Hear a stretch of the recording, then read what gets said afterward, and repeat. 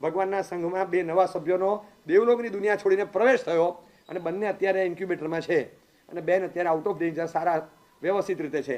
આ પરિસ્થિતિમાં ખર્ચો પાર પાડવો અને ડેલિકેટ હાલતમાં એમના પરિવાર માટે મોટું એક ચેલેન્જિંગ સિચ્યુએશન હતું કે આ બેન આ દીકરાઓ કોને બચાવવા, કોની પર ધ્યાન આપવો, કોની પર ત્યાં આવવામાં જ્યાં 4.25 લાખનો કોર્સ છે પણ MSCIT ગાંધીનગરમાં મળે, PDPUમાં ચાંદખેડા પાસે કોલેજમાં ત્યાં મળે, મેરિટ્સ પર એવા તેજસ્વી છોકરાઓ એન્વાયરમેન્ટ એન્જિનિયરિંગમાં જાય, એરોનોટિક એન્જિનિયરિંગમાં જાય, આખા એનો કોર્સ પૂરો થાય અને અપટીલ માસ્ટર્સ પૂરું કરે ત્યાં સુધી 40 લાખનો ખર્ચો કરવો પડે.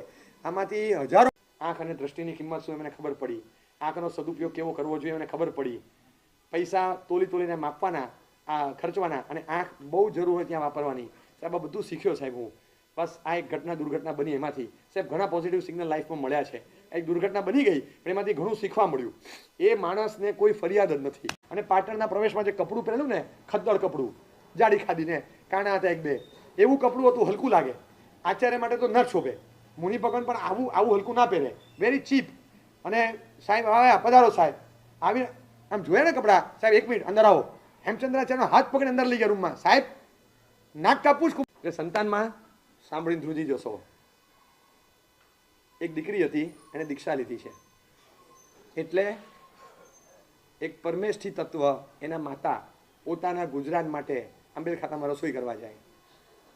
Very hard to digest.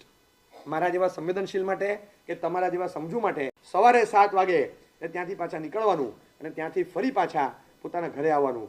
સવારથી સાંજ આરામ અને થોડી આરાધના, સાંજની પ્રતિક્રમણ વચ્ચેની ડ્યુટી, સવારે ઘરે જઈને રાઈ પ્રતિક્રમણ કરે. રોજના આરાધક આવું કરે તો કે હા, એ 65 વર્ષની ઉંમરે આવું એટલા માટે કરે છે કારણ કે એમનો બહુ જ યંગ એજનો દીકરો એટલો કટોકટીથી ભરેલો છે, એટલી કપરી હાલત છે. અપાશ્રયમાં બેઠા હોઈએ ને ત્યારે આપણને ખબર નહીં પડે. ઘરના બંગલામાં એસી ચાલુ કરીને છાપું વાંચતા હોય કે સોશિયલ મીડિયા પર એક્ટિવ હોઈએ, ખબર નહીં પડે કે કોઈક ઘરમાં શું ચાલી રહ્યું છે. સવારે 8 વાગે જાગવાવાળા આપણે, 6:30 7 વાગે જાગીને વોક પર જવાવાળા આપણે, પણ સવારે 4 વાગ્યામાં જાગી 15 કિલોમીટર દૂર એક પેટ્રોલ પંપમાં 9000માં નોકરી કરતો હતો. 3-4 હજારનો મહિને દવાનો ખર્ચો છે, પહોંચી વળાતું નથી. એટલે કે શહેરમાં ને શહેરમાં અહીંથી અહીં બહારગામ ન જઈ શકું 15 દિવસ બિહારમાં, પણ મહિનામાં આવા જો 7-8 ફેરા મળી જાય કે 10-12 ફેરા મળી જાય ને તો હું કરી લઉં છું. હવે મારે ઘરે જઈને 9-9:30 પછી ઘરનું જ કામ કરવાનું, મારે તો ઉપવાસ છે. એટલે આ શબ્દ અને કોણ વ્યક્તિ બોલે છે અને ક્યાંથી બોલે છે માથામાં તગાડું. 1 મિનિટ તો અટકી ગયો, કંઈ પૂછાયું નહીં. પછી એક ભાઈને કીધું કે તપાસ કરો જરા કે શું છે, આ શું છે. આ બેનનો અવાજ આવ્યો, આપણે બાજુમાંથી નીકળ્યા એટલે સાથે શ્રાવક હતા, એમને કીધું તમે ખાલી ગમે તે કરો, તપાસ કરો અને ક્યાં રહે છે તમે તપાસ કરી લો. ત્યારે